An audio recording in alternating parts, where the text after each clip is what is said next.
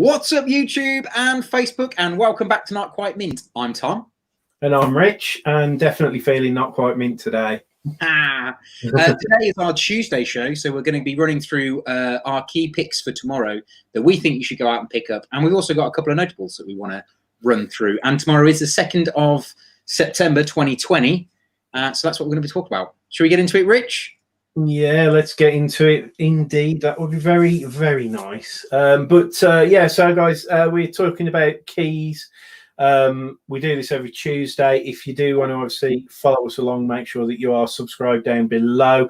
We're over 200 subscribers now, which is absolutely fantastic. So thanks for all the continued support. Give us obviously the thumbs up. That's the best thing that you can do. Obviously, anybody who watches this, just take that millisecond that it takes to give us a thumbs up, and that is also really helpful. But yeah, so make sure you do all those things. Yeah, and if you're not following us, hold on. Yeah, I've got the right side. If you're not following us on all the social media channels, feel free to, because we are very active on Twitter and Instagram, and also on Facebook, which you're probably watching on as well, which is pretty cool. Definitely. So, should we get into the nitty gritty of all this then, Rich? I think we should. There's a fair few bits and bobs to go through, although we'll just skim through the notables, won't we? But yeah, we've got a good top five, definitely. Yeah. So should we start? I think we should start with there's a couple of reprints out this week. So you've got the reprint of Venom 27, which is a reprint with the Symbiote Avengers on the front. So that's one worth looking out for. The other one is it Thor, Rich? Yeah, so obviously it's Thor 5. It's like, I think, is it the 4th printing or 3rd printing or something like that? But obviously, first Black Winter appearance. Yeah, obviously everything that seems to be going with extra printings and stuff like that is mad. Obviously, remember with, I think it's the Venom 27, it's the first full appearance of Codex as well. So, oh yeah, of course it is. Yeah, so decent ones to pick up if you haven't done so already.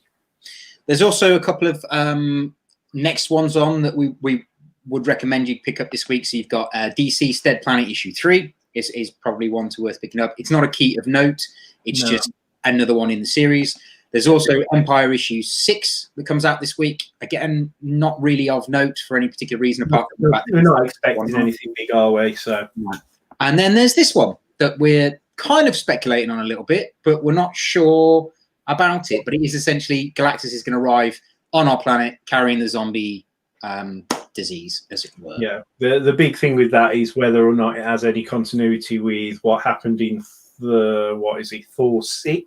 Yeah, that's just happened. So if there's any kind of continuity with Thor 6, with everything that happened then, and then is this going to kick off this big chain of events? Because obviously that last page on Thor 6 did kind of imply something may happen with zombies within everything that's going on at the moment. So yeah, just one to keep an eye on, definitely. Absolutely, Bob. Right, so our top 5. We're going to run through. We're going to tell you why we think you must pick them up, tell you why they're a key, and yeah, kind of get into it that way. So let's start with Batman 98. I'm really enjoying the Batman run. This is James Tynion and George Jimenez. I can't say his second name. I keep butchering every single week. I butcher his second name. I do apologise. It's terrible. That's him never ever coming on here as a guest.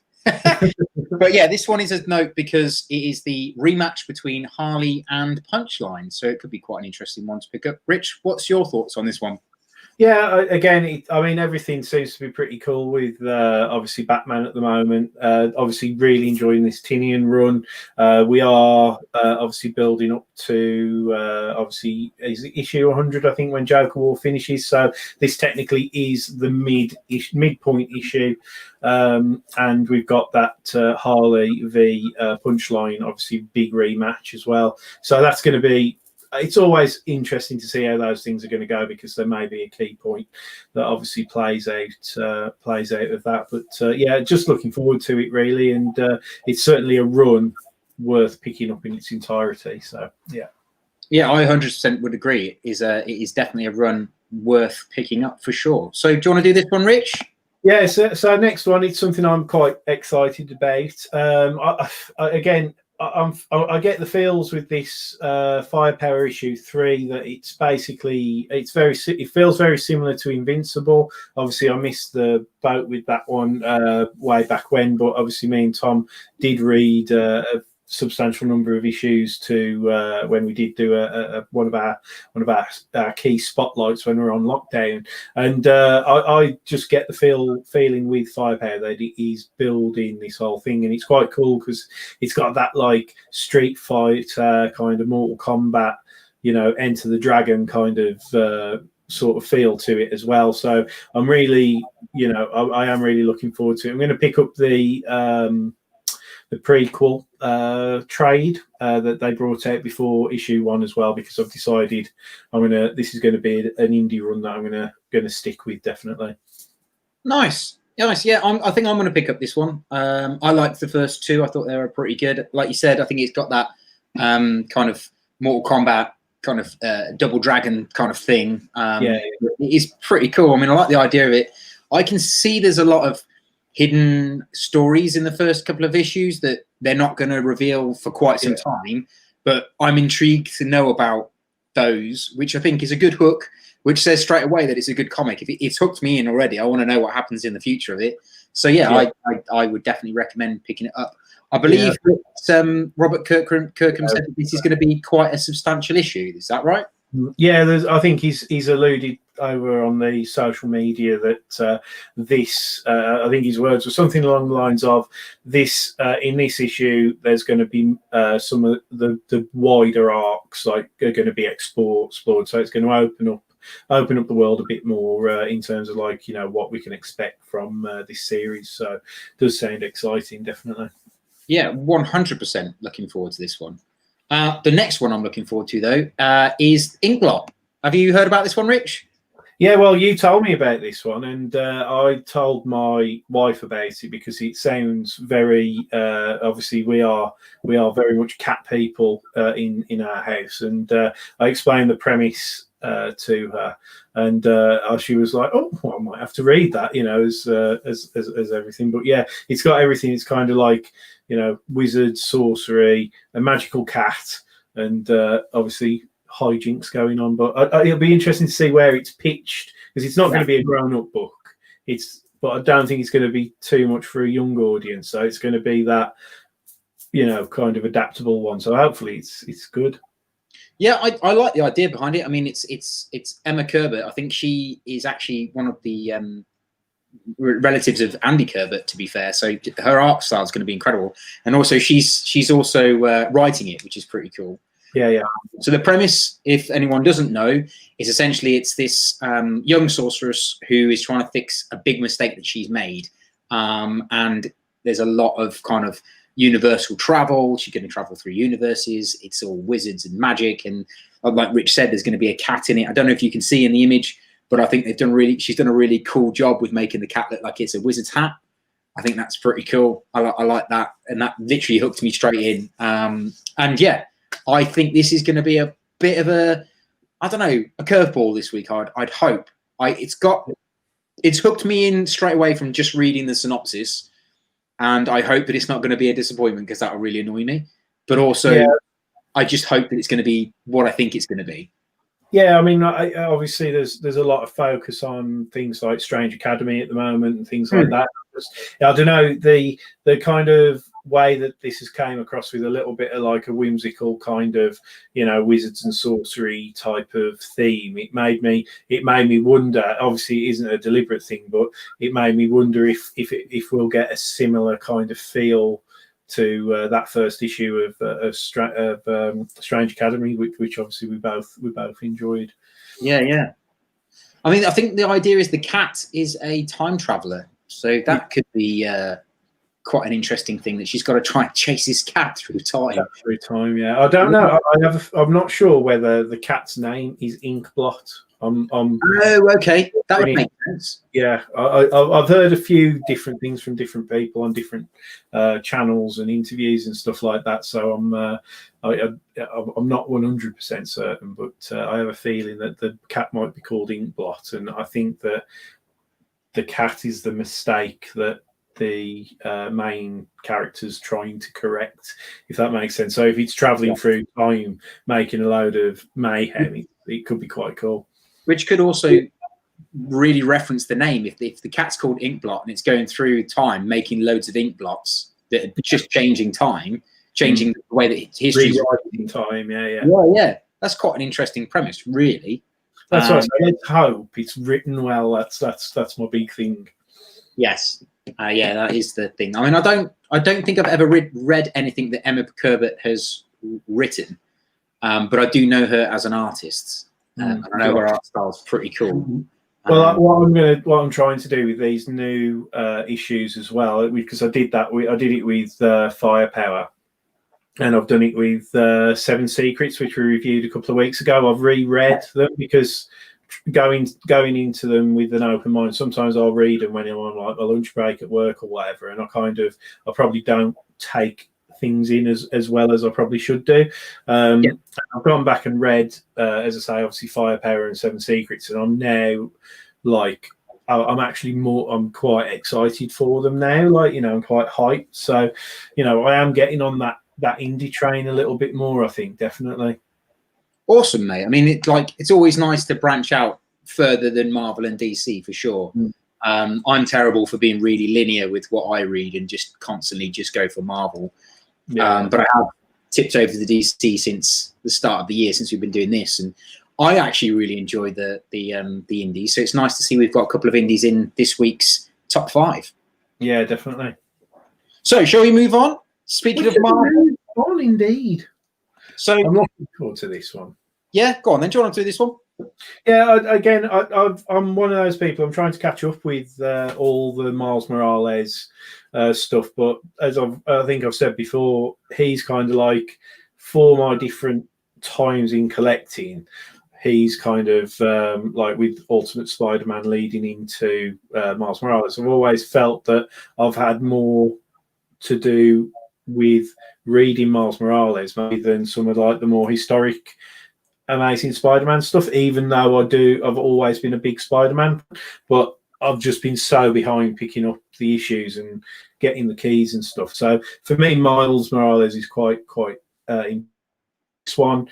I thought that it had been done before, but I don't think it has in the Miles Morales Spider-Man world. But they're going to introduce apparently a clone Miles in this one.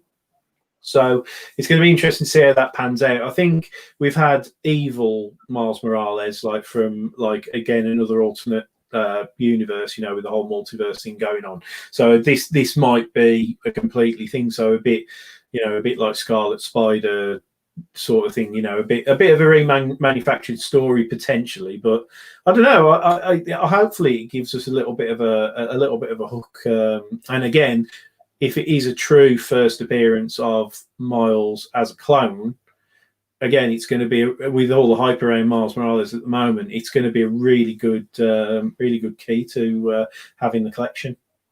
Yeah, definitely. I hope they are going to go down the route of not necessarily recycling old Spider-Man stories, but kind of retelling them, but with Miles as the main character. I like the idea of that.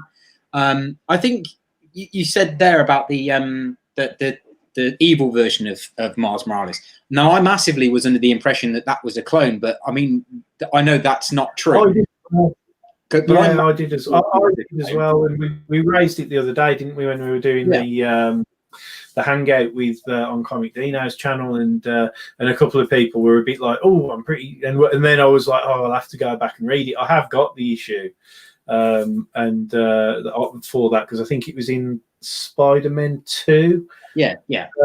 I think so. Yeah, I've got that run downstairs. So like, I could go. I probably should go and read it. More than likely, it's on Marvel Ultimate thing on the app on my phone anyway. But yeah, I might try and read that later tonight just to kind of refresh. Yeah, a bit of a refresh just to see if it is a true first, or what angle they're coming at. Yeah, I mean, I honestly thought he was a clone, but if he's an alternative reality but an evil version of Miles Morales, then this issue would be the first appearance of Miles Morales' clone, which is cool. And I like the idea of it, massively like the idea of it. I'm probably going to read it because that was one of my favourite Spider-Man stories. I think was the clone one, because you ended up with the Scarlet Spider and you ended up with Peter Parker not knowing who he was, and then you ended up with the Spider Carnage, and there was loads of cool things that came out of the Clone Wars. That's not Star Wars. Out of the clone arc of Spider-Man, and I really hope that they're going to do it again with Miles Morales, that they go down that route of like organically growing new stories from it, rather than taking old stories and rehashing them. Essentially take the premise and rehash them, but like make it organically grow into something completely different, like they did with Miles back in the day when they first introduced him. Yeah, he's Spider-Man, but he's something completely different. Yeah, exactly. And these powers and things like that, they're just not, they're not really, he's a Spider-Man, but again, the powers make him something, like I say, completely different beast, doesn't it, really, with yeah, absolutely, the static shocks and things. And doesn't he produce his own, does he produce his own do you know what, I don't know for sure, because I always get confused which Spider-Men actually produce their own you know, sort of webbing, and rather, as opposed to like your Peter Parker that's you know, obviously sort of a man-made thing. But I've always had that since I was little. I remember, and I don't know, I'd love to find out. It's probably something that we could probably speak to. Is it Luke from Hydra Collectibles? I bet he'd know. Yeah. The Grey Man's in. I'm sure he'll probably know as well. Like, yeah, which iteration of the Spider-Man has the ability to naturally produce the webbing? Because I know that some of them do. Go on, sorry, mate. No, I know that some of them do, but which ones I don't know. I have a feeling that Ultimate Spider-Man did. I think he produce it, and then naturally the next one along would be Miles Morales to do it, but I don't know for sure, and because it's never really talked about that I'm aware of, because I've only read Miles Morales in the Champions. I've missed his standalone comic, really. But that's because I'm a huge team. I like teams. I like reading about teams rather than individuals. But yeah, I look forward to this one, to be honest. Yeah, it's one of those where it might be a good one if they're starting a new arc, because they're doing this. Obviously, we've got the Outlawed cover up on there. So again, if they're sort of like bringing a new bit of an arc for people who want to jump in, it might be again another good jumping in point or something. Absolutely. Right then, mate. Do you want to cover the one that we are looking forward to this week, the most out of all these 5? Yeah, we can do. I'm proper looking forward to this. So again, we are actually breaking the mold, because we are normally DC Marvel all the way. And this week we've got we've had 3 independent titles in our top 5, but yeah, we only find them when they're dead. So I believe this is being written by Al Ewing. So I couldn't tell you specifically who the art's going to be done by, because there are that many variants out there for this, and they have really gone to town, I think, with the sort of the hype around this one. So I really hope it's not like Decorum, where when I read that, because of the art style in the book, it really invaded on the story. Like, I liked the premise. I think I said this at the time. I liked the premise, but the art just didn't do anything for me. Whereas I'm really hoping with this, what I've seen so far has been really promising, and I really like the concept. So the basic idea with this is that we're obviously up in space, and basically there's these groups of humans who are harvesting effectively the dead corpses of gods. And these gods are absent, and the only time they show up is when they die and they're floating around space. And then they send out these salvage teams to obviously get hold of whatever they harvest from them, so there's going to be some kind of energy or fuel or something godly that obviously people want to harvest from these sort of floaty dead body things. So sound like a lovely bunch of people, really. Yeah, that's the idea of it, and it's just such an out there concept. I know we haven't been massive fans of Al Ewing's stuff with Empire, But I do love his writing on Immortal Hulk. So yeah, it'll be interesting to see how this goes, and I hope it lives up to the hype. As I say, I've bought a couple of variants, and I think I've picked up. I'm looking forward to getting some of the ratio variants, because some of the artwork on it is absolutely stunning that I've seen for some of the covers. And yeah, I ordered the second print because it's got Dan Mora's artwork. Dan Mora, yeah, mate. So yeah, I don't blame you at all. That's it's just really cool, stuff. And yeah, hopefully it will be one that we will be reviewing on Thursday, definitely. So check that. Like, not trying to already pick our key of the week, our review of the week, but I do think this one has the potential to be one of our top picks on Thursday, because the premise behind it, like Rich said, is the whole harvesting the god thing. But the story that I read about the other day is there's this captain that they've got, this dangerous captain, is about to take him on a whirlwind adventure trying to hunt down a living god. So I'm like, this sounds awesome. Yeah, I definitely want to read this. It's they're going to be exploring the whole thing of where do the gods come from, and there's obviously going to be something leading in. Well, if they end up here when they die, there's obviously a way that they get from wherever they are to where they are to here. So it's going to be they're going to I think they discover something, and it's going to be that whole story that leads on to whatever hijinks they get up to. But yeah, I'm looking forward to it, and I hope the first issue really does have a hook that we can get onto. But yeah, as I say, there's outside of the keys and stuff, there are a couple of other books that we're going to read. But yeah, it's going to be interesting to see where this one ends up on Thursday. Yeah, absolutely, mate. I just had a quick look. The artist is Simone Mio. Okay, not Mio. Yeah. Okay, cool. But yeah, so there's been some amazing variant covers for this. Yeah, I think to be fair, I think every man and his dog has done some kind of a variant cover. Guess what happened? So, but yeah, there's some, it's very like space agey and people in space suits and all that kind of stuff. And yeah, I'm definitely looking forward to seeing how this one turns out. 100%. Definitely, mate. I'm totally there with you. Well then, guys, that is the end of our key show. That's all our keys that we've got to talk about. Just a reminder, make sure you come back on Thursday for our review show. We might not necessarily review all of these books, but we are going to review our top 5. And we've also got a mystery guest on Thursday, or a special guest, the way you want to look at it. So, yeah. For the first time ever, we are throwing it open to the comic book community. If you want to get booked in, and you are a YouTuber and you've got an opinion or whatever, if you want to make a special guest appearance on Thursday, hit us up over on Instagram or whatever, and we'll get you in. Obviously, we are reviewing new books, so if you want to help, come in and join in that conversation, that'd be great.